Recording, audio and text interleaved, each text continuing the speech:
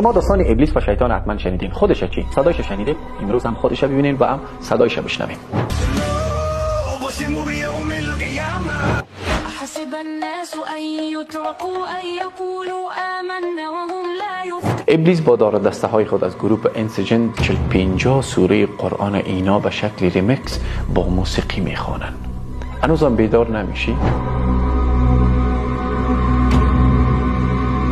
خواهر، تو را به اللهی که پرستش میکنی، برادر تو را به اللهی که پرستش میکنی بیدار شین، به سوی خدا باز بگردین، زیرا دیگه از این کرده یک هشدار بزرگتر که شیطان به من و تو میته دیگه نیست. از تو مادری که ولی قلبت پاک باشد کافیست. قلب پاک تو را با آتش جهنم نزدیک ساخته. تیک تاک به دست فرزند جوانت است، طرف آتیست خدا ناباور است، چرندیات تزریق میکنه به ذهن فرزندت.